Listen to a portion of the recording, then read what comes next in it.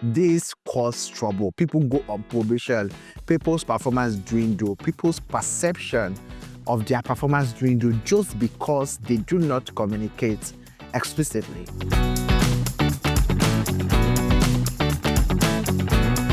Hello everybody, welcome back to my YouTube channel. I hope that you've enjoyed the series of my last videos. And if you're a first time visitor, I am really excited. So please make clapping for you. I am honored that you stopped on my YouTube channel today.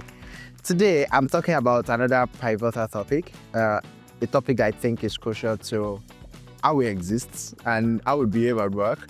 And if you're not graduate watching this, it would probably be helpful for you, especially if you belong to one social organization or the other. And it's simple. We are talking about soft skills, important soft skills that you should have at work.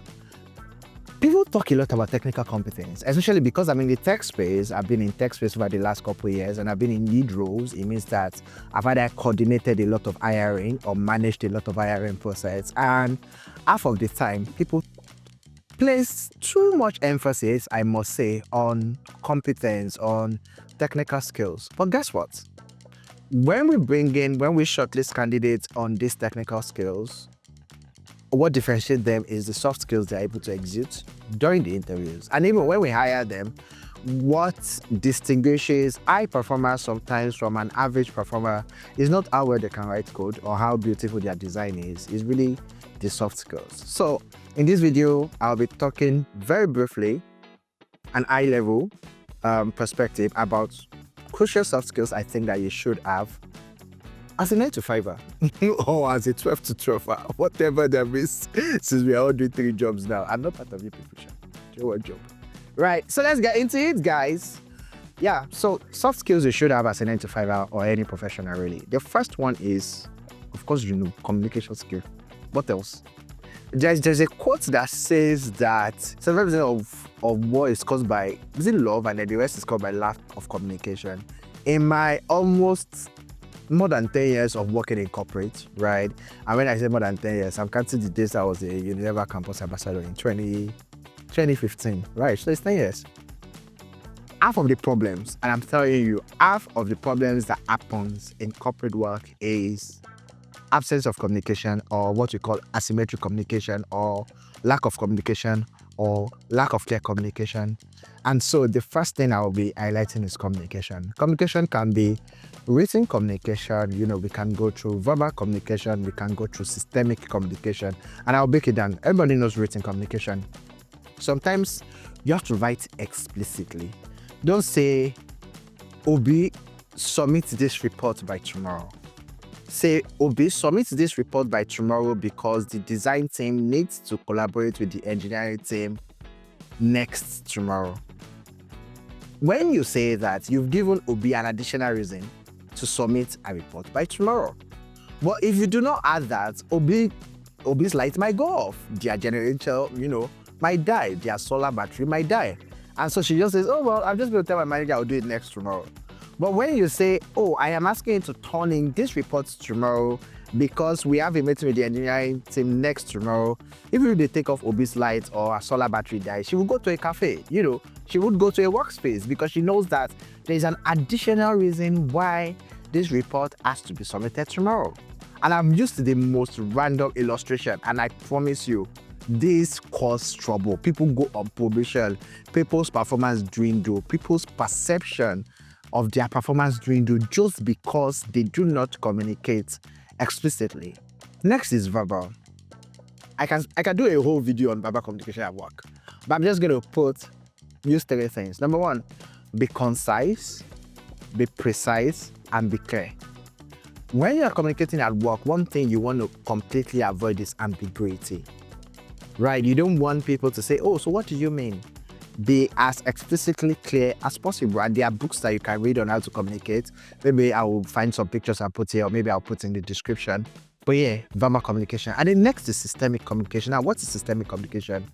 If you work in tech, I'm sorry again, guys. I work in tech, I believe tech. But yeah, I do consulting across all fields. So if you work in tech, there are some companies that their major means of communication is Discord. There are some, there is Slack. There are some that is an email. I'll share this story on my YouTube channel before in a class, especially if I'm teaching about company culture. I remember that when I first joined CarryWise, one day out of the blues, I sent a message to my colleague, the team lead for the customer success team, and I said, "Oh, I sent you an email." And she just came to my DM and said, "Mr. HR, sir, hope there's no trouble." I'm like, "Oh, there's no trouble. I just wanted to cascade this information." She was like, "I'm sorry, sir. It's because you said you sent an email." I'm like, "Okay, what's the problem?" It's like, we use Slack for all communications. Email means it's formal and very serious. And that just sends an interesting message to me. So now, either I'm designing a company culture for a client via HR clinic, or I just joined a company. I still asked like 2 weeks ago before I left work that, guys, if I want to communicate this, where is the most optimal? Is it email or is it Slack? So think about systems. How do you communicate things? Where do you collaborate? Do you collaborate on Notion? Do you collaborate on Coda? For instance, very basic things. Do you know that it's basic? That's true. Maybe I should do another video on workplace etiquette. I will do that. But do you know it's basic thing that people do not do? It's basic that when you add someone to a document, not only do you inform them that you've added them, you also just share the link of the documents. Like, I see it happens a lot of time. People will add me to the document. And I say, "Oh, I added you to the document yesterday, but I didn't see it." Of course, the person did not see it because you didn't call their attention. I spent half of my time talking about communication. I'm going to move on. Next, of course, is collaboration and teamwork. It's one of the basic questions that people ask during culture interview. Can you collaborate? Collaboration really means how open are you willing to liaise with other members, either within the team or outside the team, to get something done. It means how much of yourself are you willing to let go to be part of the team. That is literally what collaboration and teamwork is about. What that means is that if you're working, of course, by now, you guys know that marketers are my favorite people. If you're working on a marketing campaign and then because the client, if you work in agency, I'm very sure you can connect with this. The client has done their madness and they've come back, and then you guys have to turn in something by 8 a.m. tomorrow. And at 2 p.m., your guy is saying, "Can you meet by 5 p.m.? And yes, you have a Chelsea match by 5 p.m., but you are able to let go of that 1 hour of Chelsea match to work on that thing or to join that emergency meeting. I'm not a supporter of emergency meetings, please, but I just use that. But literally, when you think collaboration and teamwork, just think, how much are you open to working with other people to get a team goal executed? That is collaboration and teamwork. What's next? I think time management. And I have a video on, how to be productive at work. So I'm not going to spend a lot of time talking about time management, but 2 things on time management. Number 1, do your hard task first. Number 2, the 3-minute rule. What's one thing you can do in 3 minutes? For instance, there are some emails that you can send in 3 minutes. There are some Excel sheets that you can design in 3 minutes. There's already a template, just plug in and plug out. Always think about the 3-minute rule, because what happens is national grid has collapsed. So you've lost your morale, and then your day is about to go to shit. Just open your laptop. What are the 5 tasks that you can do in 3 minutes, 3 minutes, 3 minutes? Some might feel to 7 minutes, some might feel to 13 minutes, some might feel to 30 minutes. But always remember the 3-minute rule. Of the many things I have to do, which of them can I get done as soon as possible and get them done? Which other soft skills are there? Stakeholder management. Yeah. Always know who your... I know I've said this in a video before, definitely, if you're a returning subscriber. Always know who your biggest stakeholder is. And again, maybe I'll do another video on how to manage your managers, how to manage your stakeholders. But sometimes in a role, your biggest stakeholder is not your manager. It might be your manager's manager. It might be your sponsor. It might be someone else on your team that even has more power than your manager, even though your manager is your manager on paper, right? So it is always very important to know who your stakeholders are and to ensure that they are happy with you part-time. What other soft skills have I executed or displayed has helped me a lot? I don't know, is visibility a soft skill? Yeah, I think that everyone in 9 to 5 should deliberately be visible. And I'm going to break it down, especially for my fellow introverts. Because when people hear visibility, what they think of is, oh, I have to raise up my hand at work.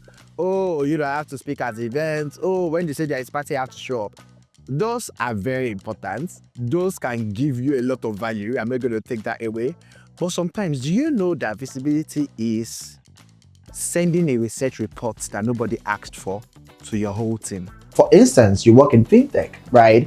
And there's been a global report published by JP Morgan or Morgan Chase or Bank of America, all these big names, and they've talked about maybe the growth of fintech in Africa, sub-Saharan Africa. You can extract the information that matters to Nigeria in bullet points and say, oh, hi guys, I read this report.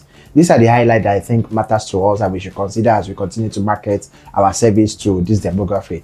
Oh, they've said that purchasing power have now increased from 23% to 33%. And you do it in bullet point, and then you say, you can find the full report here. And you had your name, Favor Obi, Associate Marketing Manager. People will not open the email. Some people will open the email and breeze through. But everybody will know that there is a Favor Obi in the marketing team that sends the report. And it helped me a lot. I did that when I was at GE. I worked in renewable energy, and every Friday, nobody sent me work. But every Friday, I look through the globe, what is happening in the renewable energy globally. In fact, at some point, I began to sectionalize it. So I did global, I did sub-Saharan Africa, and then I did Nigeria. And people did not know my name, but people did not know my face, but people knew my name. And then by the time I now got into roles where my face had to show, people already knew the name. For instance, one Jose, an employee engagement that I worked on, and some people attended because they wanted to see Emmanuel Faith, the guy that sends a research report every Friday. Yeah. And for you, if you're an extrovert, very happy, show up, laugh at people, show up at their baby naming ceremony, attend their wedding, show up at events, show up at gathering, but ensure that you are visible and ensure that you are visible to the right people. Remember where I started from? I started by talking about communication. I talked explicitly about different aspects of communication. I talked about time management, I talked about managing your stakeholders, and I'm talking about the importance of visibility. If I remember more, maybe I'll do soft skills that you should have as a 9 to 5 part 2. But if you enjoyed watching this, please share with someone, share with your communities, share with your ex, your frenemy, your friends, your church, your mosque, your community, your associations, and let's reach our goal together. Amen, amen.